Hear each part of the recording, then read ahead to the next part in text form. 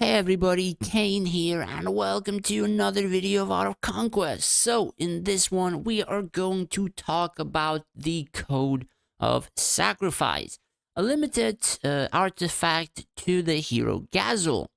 So it took me a while to make this video because I was gonna test it out a little bit. I'm also playing Lich, so the healing, the stuff that it provides could actually be overpowered. Or is it? So, I had it at like 4.5 stars, and I thought it was gonna provide a ton, cause like 1 star says it heals for 2% of his HP. It can heal or whatever every some seconds when like some undead is resurrected. Then the healing amount is increased. Then of course the healing grants resistances, then further resistances, and then at 5 star, it grants some random healing every 5 seconds to then increase resistances or whatever. So the thing that happened is that I'm not even sure if this healing is actually unlocked to the point that it can heal the unit, because undead is something that you cannot really reliably heal with anything. It's only the regeneration stuff or like Band of Bishops sort of thing that can work. And this thing in particular is not really the type of healing that does sound it could work. So they might have not properly unlocked this stuff, and the healing is almost nothing, or it's just locked or whatever. It's not performing as intended. And we can easily just check a few dual tower replays. So, the last few that I had myself is just to let you know that my frontline was taking huge amounts of damage, right? So I was using this one, it's 5 star and all that kind of stuff. Even have 20% healing staff for any reason that it might work. And of course, I also have another, say, healing from Hero Mastery.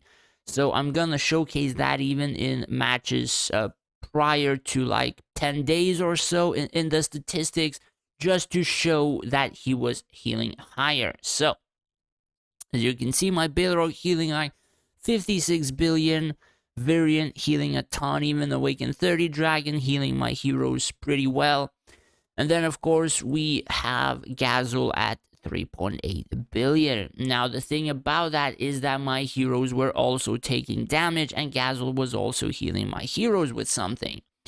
So, aside from that, another battle, let's check. So, in this battle, my stuff was also dying pretty quick. So, my Balrog died early, my Variant died early, my Dragon was still healing, again with Awakened 30. And we see Gazul with 1.4 billion. Now you would think, yeah, the artifact is also working, but as you can see, my Burside heroes are also dying, in which case Gazul might also be healing them. So we can just quickly skip through, like, I don't know, what, 10 days ago? Let's just check a couple of the fights and see how much Gazul is healing. 7.2 billion. Now, I cannot show you the artifact, but I do believe the artifact came in the Lucky Wheel. So 8 days ago, the Lucky Wheel is only 7 days, so I don't have that artifact from like these fights right here. So we go down a little bit, right? So we see pretty much exact same thing. Then we go down, Gazul healing 4 billion, right? So we go down a little bit, let's see. Gazul healing 6 billion, right? So it just continues down the exact same route, and I'm almost positive that the healing from the artifact itself is not working or is deactivated, or those percent HPs, I don't know, like Gazul has like, I don't friggin' know, like 50 million HP. Let's just quickly check, just to be certain. So my Gazul is level 74. He has 54 million HP, but then you have HP increases from various sources inside of the battle, like even Dragon. So a percent from this is like, I don't know, like huge amounts of HP. At the same time, if the dragon is granting like friggin' 100% HP bonuses, I'm sure that stuff would increase it.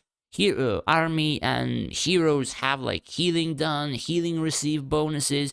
I'm sure that stuff could also increase it. But something happened to the artifact, and it's like it might not be working as it should, or might not even be useful. So the healing part, again, likely awful, likely useless. He's likely not healing anything at all. Aside from that, we have the resistances in terms of physical and magical.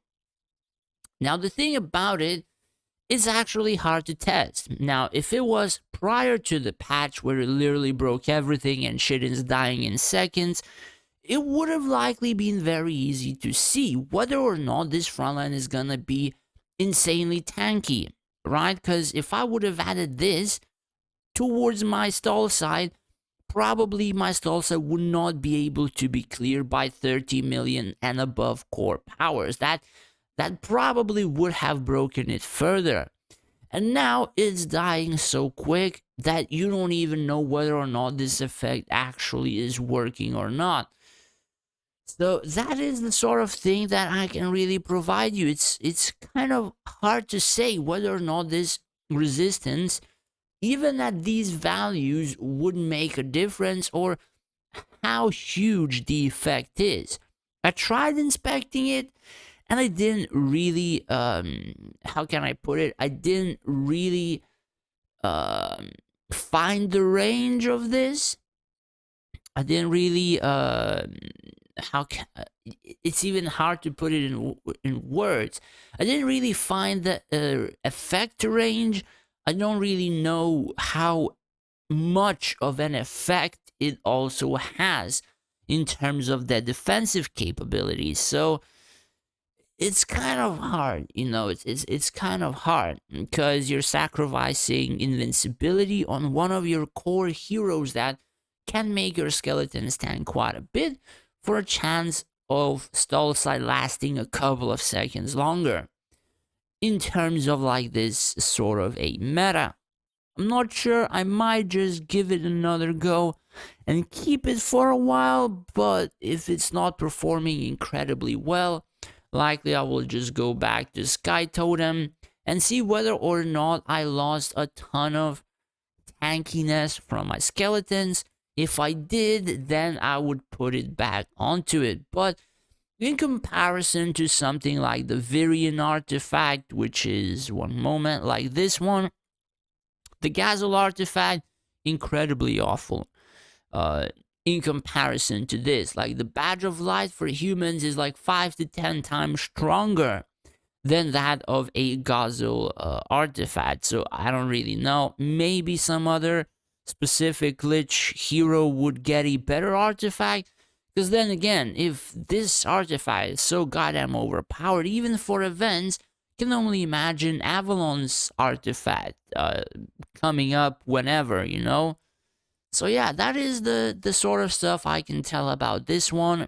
Not as huge of an impact as one could have expected, but can't really make a clear difference in terms of those resistances. I mean, perhaps they help, but then again, I don't really know at this point if the healing is so lackluster and not really that useful. The resistances, I'm not really sure. Again, I cannot really make up my opinion whether or not they really change that much. But yeah, that's pretty much it. Hopefully this is useful. Hopefully this provided some, I suppose, glimpses in terms of this artifact. If it did, do hit that subscribe button. It would help me out a lot. As well as if you wish to support me more than just watching my videos, I have made a Patreon page where you would be able to do just that. In return, I would be able to help you out more individually in terms of events, PvP formations, and stuff like that. As well as I would like to thank all of my patrons for the support. I really, really appreciate it for your subscriptions. Thank you guys so much. Thanks for watching. Take care. Stay safe out there.